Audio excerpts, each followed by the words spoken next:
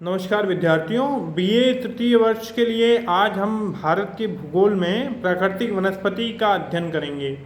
जैसा कि पिछली कक्षा में हमने मिट्टी, वर्षा, भौगोलिक जो प्रदेश हैं उनका अध्ययन किया था, उसी क्रम में हम आगे प्राकृतिक वनस्पति का अध्ययन करेंगे। तो भारत, क्योंकि यहाँ जलवायु संबंधी काफ़ी विविधताएं पाई जाती हैं, मिट्टी संबंधी विविधताएं पाई जाती हैं और वर्षा संबंधी भी विविधताएं पाई जाती हैं, और इन तीनों के कारण से जो यहाँ की प्राकृतिक वनस्पति है वो भी काफ़ी फलती फूलती रहती है, यानी कि उसमें भी काफ़ी तरह की विविधताएं पाई जाती हैं। तो आइए देखते हैं भारत की जलवायु की दृष्टि से काफ़ी सारी विविधताएं होने के बाद यहाँ की वनस्पति पर उसका क्या प्रभाव पड़ता है, यानी वनस्पति कितनी प्रकार की पाई जाती है। तो हम देखेंगे कि हिमालय की प्राकृतिक वनस्पति पर ऊंचाई के कारण तापमान में होने वाली कमी का काफ़ी अधिक प्रभाव पड़ा है, और यहाँ की जो वर्षा की दशाएं हैं उसका भी प्राकृतिक वनस्पति काफ़ी अनुसरण करती हैं। तो भारत की वनस्पति के विकास में जलवायु और जो मिट्टी है, जलवायु और उच्चावच, इन दोनों का बहुत ज़्यादा प्रभाव पड़ता है। तो सामान्यतया भारत में पाई जाने वाली प्राकृतिक वनस्पति को कुछ 7-8 वर्गों में विभाजित किया जाता है, और जैसा हमने पूर्व में वर्षा और मिट्टी के बारे में पढ़ा, तो आपको ये जानकर आसानी होगी थोड़ी कि उन्हीं मिट्टी और वर्षा वाले क्षेत्रों में जिस जगह मिट्टी थोड़ी आर्द्र है, जलवायु नमी वाली है, वर्षा अधिक है, तो वहाँ पे अच्छी वनस्पति, सदाहरित वनस्पति, सदाबहार और पर्वतीय और काफ़ी सारी बड़े पत्ते चौड़े पत्ते वाली वनस्पति पाई जाती है। और जहाँ पे इसका उल्टा है, यानी कि मिट्टी भी सख्त है, रेतीली है, और जो जलवायु है वो भी आर्द्र नहीं है, शुष्क है, वर्षा भी कम है, तो वहाँ पे कंटीली वनस्पति और मरुस्थलीय वनस्पति, कम पानी वाली वनस्पति पाई जाती है। तो इस तरह आप पूरी जो एक प्रकृति का आपसी तारतम्य है, प्रकृति का जो आपसी संगीत है, उसको आप देख सकते हैं और काफ़ी अच्छे से पहचान सकते हैं। इसके बाद आपको उसको याद रखने की ज़रूरत नहीं पड़ेगी, एक बार चीज़ें समझ में आने के बाद याद रखने की आवश्यकता नहीं होती है। तो यह एक स्वतः स्फूर्त जो प्रक्रिया है वो होगा। आपने मानचित्र अगर अच्छे ढंग से देखा है तो आप मानचित्र में भी इन चीज़ों को लोकेट कर पाएंगे।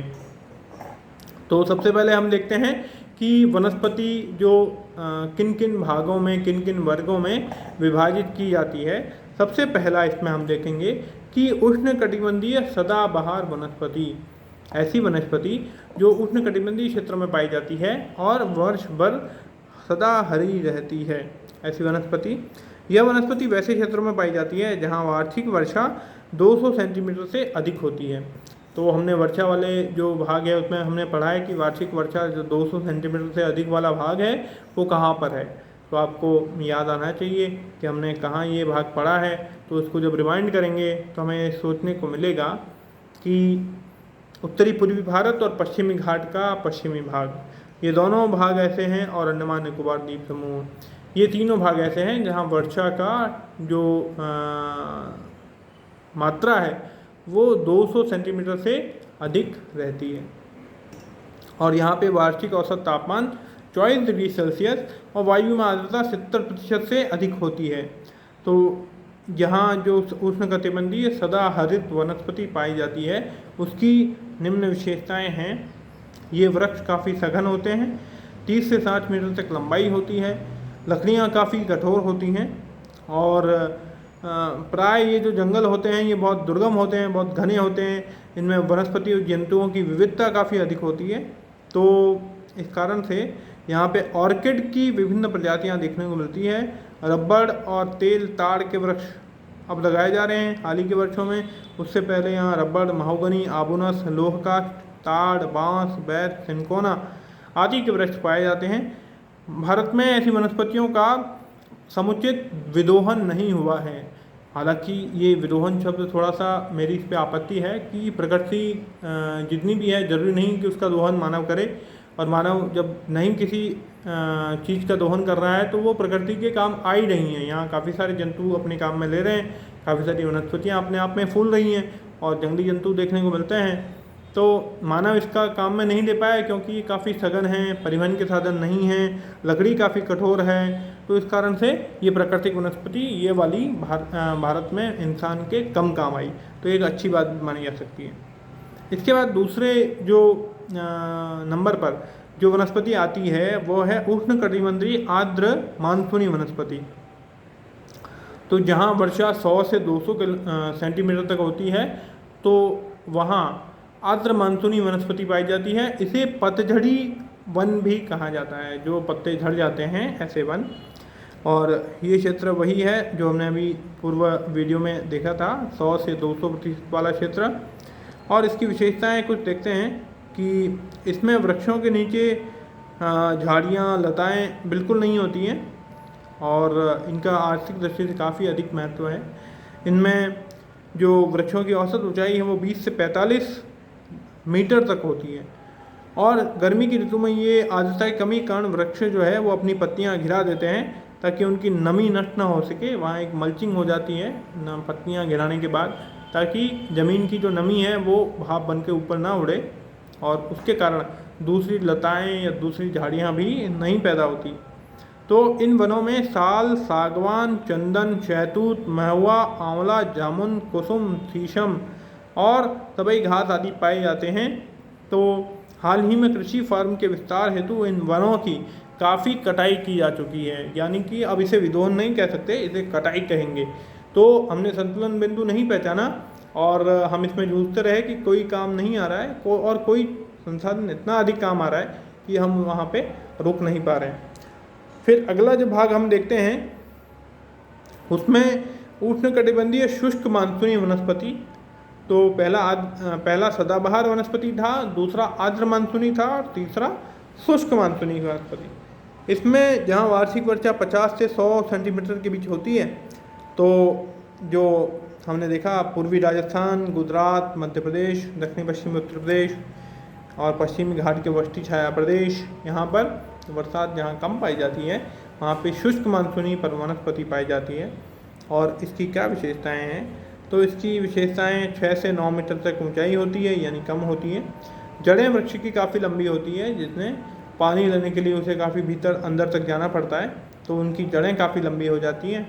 और अनेक वृक्षों की छाल मोटी, पत्ते कांटेदार होते हैं और महुआ, बबूल, पलाश, तेंदू, खेर, कीकर, बेर, रीठा, बरगद, पीपल आदि वृक्ष पाए जाते हैं। और कृषि कार्य के विस्तार हेतु इन वनों की भी काफ़ी कटाई की जा चुकी है। तो राजस्थानी प्रदेश में हम देखते ही हैं कि जो हमारे मरुस्थलीय प्रदेश हैं वहाँ पर कैर, बैर, सांगरी, खेजड़ी, खजूर, पीपल, बरगद, ये काफ़ी सारे हमारे यहाँ के जो पेड़ हैं इन्हें हम शुष्क मानसूनी वनस्पति के रूप में पहचान सकते हैं। और इसी प्रकार जो जैसे जैसे हम पश्चिम में जाएंगे तो जहाँ बरसात कम होती है, यानी कि 50 सेंटीग्रेड से भी कम, वहाँ पे अगले जो वनस्पति पाई जाती है उसका नाम है मरुस्थलीय वनस्पति या अर्ध मरुस्थलीय वनस्पति। तो ये वृक्ष छोटी छोटी झाड़ियों के रूप में होते हैं। सामान्यतः वृक्षों की अधिकतम ऊंचाई 6 मीटर तक होती है और पत्ते कांटेदार, जड़ें लंबी और पत्तियाँ मोटी होती है। और इनका वितरण पश्चिमी राजस्थान, उत्तरी गुजरात, पश्चिमी घाट, वृष्टि छाया प्रदेश। और इन जो वृक्ष इनमें होते हैं मरुस्थलीय वनस्पति में, उसमें खेजड़ी, खजूर, नागफनी, बबूल इनके मुख्य वृक्ष हैं। अगला जो वर्ग हम देखते हैं वो है ज्वारीय वनस्पति। कच्छ वनस्पतियाँ या मैंग्रोव जिसको कहते हैं, जो कच्छ के दलदल में पाई जाती हैं, जिसमें सबसे बड़ा जो डेल्टा है विश्व का, सुंदरवन डेल्टा, गंगा ब्रह्मपुत्र का डेल्टा, वहाँ पर ये वनस्पतियाँ पाई जाती हैं। कच्छ मैंग्रोव अलग है, कच्छ का डेल्टा अलग है और ये जो सुंदरवन डेल्टा है यहाँ अलग है। यहाँ पे दोनों पे ज्वारीय वनस्पति पाई जाती हैं। वहाँ हम देखेंगे कि विश्व के उष्ण तथा उपोष्ण कटिबंधीय क्षेत्रों में 4 सदी वानिकी की पारिस्थितिकी की व्यवस्था है। ये बड़ी तादाद में पौधों, जीव जंतुओं की ऐसी प्रजातियों के संग्रहण क्षेत्र हैं जो लंबे विकास क्रम में आपस में संबद्ध रहे हैं। तो ये वनस्पतियाँ विश्व का लगभग 5% भारत में स्थित है ना, यानी काफ़ी बड़ी मात्रा में। और ये 4500 वर्ग किलोमीटर क्षेत्र में पाई जाती हैं, तटीय क्षेत्र और तटीय केंद्र शासित प्रदेशों में। तो भारत में कच्छ वनस्पतियों के कुल क्षेत्र का आधे से थोड़ा सा कम भाग पश्चिमी बंगाल के सुंदरवन में है, यानी सुंदर डेल्टा जो हम बता रहे थे, सुंदरवन डेल्टा, वहाँ पर ये पाया जाता है। इस प्रकार की वनस्पतियाँ समुद्री तट व निम्न डेल्टाई भागों में पाई जाती हैं, जहाँ ज्वार के कारण नमकीन जल का फैलाव होता है। यहाँ की मिट्टी दलदली होती है और वृक्षों की जड़ें जटा की तरह होती है, जो तने को ऊपर उठाकर रखती हैं। वृक्षों की ऊंचाई 30 मीटर तक होती हैं और ये सदैव हरे भरे रहते हैं। तो ये एक तट रेखा के रक्षक का काम भी करते हैं कि तट बह कर ना जाए, इसके लिए ये जो वनस्पति है ये तट को बांधे रखती है। तो ये काफ़ी अच्छा जो बचाव कार्य करती हैं। समुद्र में ज्वार भाटा आने के समय तट को सुरक्षित रखने का ये वनस्पतियाँ काम करती हैं। छठा जो हम देखेंगे वो है आर्द्र उपोष्ण पहाड़ी वनस्पति। अब हम धीरे धीरे पहाड़ों की ओर मूव कर रहे हैं। पहाड़ों में कौन कौन सी वनस्पतियाँ पाई जाती हैं? तो यह वनस्पति प्रायद्वीपीय भारत में 1070 से 1500 मीटर की ऊंचाई पर पाई जाती हैं। यह वनस्पति सदाबहार होती है। वृक्षों की लकड़ियाँ लगभग मुलायम होती हैं और इनका वितरण पश्चिमी घाट, पूर्वी घाट, सतपुड़ा, महादेव की पहाड़ियाँ, मैकाल, नीलगिरी, कार्डमम और अन्नामलाई की पहाड़ियों पर इस प्रकार की वनस्पति का विस्तार पाया जाता है। इन वनों को शोलास के नाम से भी जाना जाता है कि पहाड़ी वनस्पति जो कि मुलायम है, और हिमालय को छोड़कर जितनी भी पहाड़ियाँ हैं वहाँ पर ये आर्द्र उपोष्ण वनस्पति पाई जाती हैं। अब आर्द्र शीतोष्ण पहाड़ी वनस्पति, यह वनस्पति 1500 मीटर से अधिक ऊंचा पर पाई जाती है। इसका वितरण भी अन्नामलाई, नीलगिरी और पालनी की पहाड़ी यानी दक्षिणी भारत की पहाड़ियों के क्षेत्र में पाया जाता है। ये वृक्ष अधिक घने नहीं होते हैं, परंतु सतह पर झाड़ियों की उपस्थिति रहती है और इनमें मैग्नीलिया, लॉरल, यूकेलिप्टस और एल्म आदि वृक्ष पाए जाते हैं। यूकेलिप्टस को नीलगिरी भी कहा जाता है, इनसे आप पहचान सकते हैं। और फिर 8वें भाग पर आता है हिमालयी क्षेत्र की वनस्पति। तो अब तक हमने पहले वर्षा के आधार पर विभाजन किया, तो 4 भाग वर्षा के आधार पर हुए। एक भाग ज्वारीय वनस्पति हुआ, एक भाग आर्द्र उपोष्ण पहाड़ी, फिर आर्द्र शीतोष्ण पहाड़ी और फिर हिमालयी वनस्पति। तो हिमालयी वनस्पति में वनस्पति की वितरण के ऊपर ऊंचाई का महत्वपूर्ण प्रभाव है, क्योंकि ऊंचाई बढ़ने के साथ साथ तापमान में कमी आती है। अतः यहाँ उष्णकटिबंधीय वनस्पति से लेकर टुंड्रा वनस्पति की पेटियाँ भी पाई जाती हैं। हिमालय का पूर्वी भाग कर्क रेखा समुद्र के अधिक निकट है, साथ ही इस भाग में वर्षा भी अधिक होती है। हिमालय का पश्चिमी भाग न केवल कर्क रेखा से अधिक उत्तर है, बल्कि यहाँ महाद्वीपीय जलवायु का भी प्रभाव है। इस भाग में वर्षा की मात्रा कम है। यही कारण है कि इन दोनों भागों की वनस्पति की पेटियों की ऊंचाई और सघनता में अंतर देखने को मिलता है।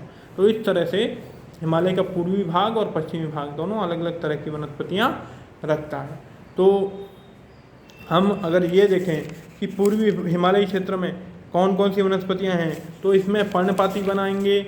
इसमें जो उपोष्ण वनस्पति है उसमें ओक, चेस्टनट आदि वृक्ष आएंगे। शीतोष्ण वनस्पति में चौड़ी पत्तियों वाले लॉरल, एल्डर, मैपल, मैग्नीलिया ये सारे वृक्ष आएंगे। और अल्पाइन वनस्पति, टुंड्रा वनस्पति भी यहाँ पाई जाती हैं, जो कि काफ़ी शीत भाग में, काफ़ी अधिक बरसात में पाई जाती है।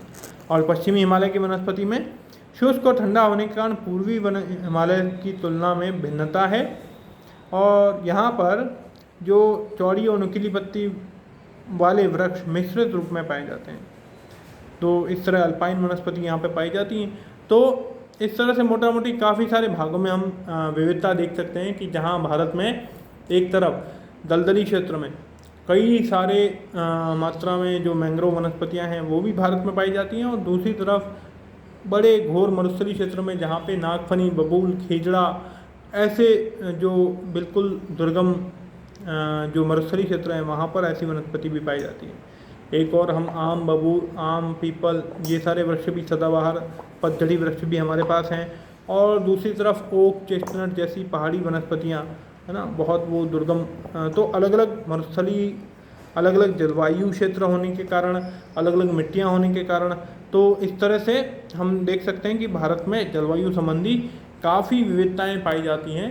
तो इस विविधताओं का अच्छे से उपयोग करना हमारा दायित्व है, कर्तव्य है। और प्राकृतिक दृष्टि से भारत के हिस्से में कोई भी गरीबी नहीं आई है। तो ऐसा कहा भी जाता है कहावतों के रूप में कि भारत एक अमीर देश है जो गरीब लोगों के द्वारा वहाँ रहते गरीब लोगों का अमीर देश है। तो प्राकृतिक दृष्टि से भारत में कोई कमी नहीं है, और जैसे जैसे हम अच्छी व्यवस्थाएं बनाएंगे, अच्छी तकनीक लाएंगे और कोशिश करेंगे कि हमारी आवश्यकता से ज़्यादा हमारे पास उपलब्ध है और इससे हम आगे बढ़ सकें, तो हम समृद्ध लोगों का समृद्ध देश कहला पाएंगे। आप सबको धन्यवाद, और आगे बढ़ेंगे आगे आने वाली क्लासों में। उसके लिए आप सब तैयारी करते रहिए। बहुत बहुत धन्यवाद।